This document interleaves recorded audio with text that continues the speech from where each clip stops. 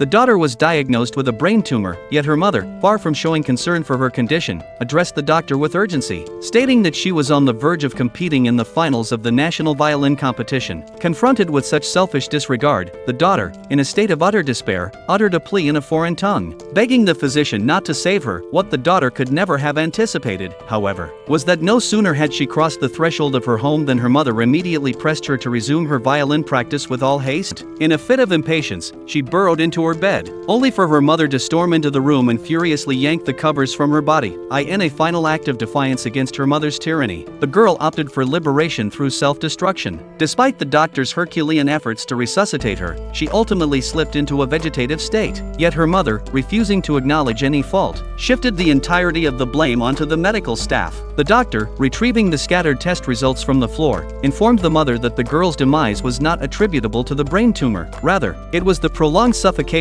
of her mother's oppressive control that had driven her to seek release. At this juncture, the mother at long last began to apprehend her own failings. She collapsed beside the bed, sobbing uncontrollably in a bout of heartfelt repentance. As if stirred by her mother's lament, the girl shed a tear. Upon witnessing this, the mother, erroneously assuming her daughter was feigning slumber, moved to drag her from the bed. The doctor, unable to tolerate such callousness any longer, interjected, informing the mother that the girl had long since lost all will to live. Only then did the mother fully grasp the magnitude of her errors, collapsing into a paroxysm of inconsolable weeping.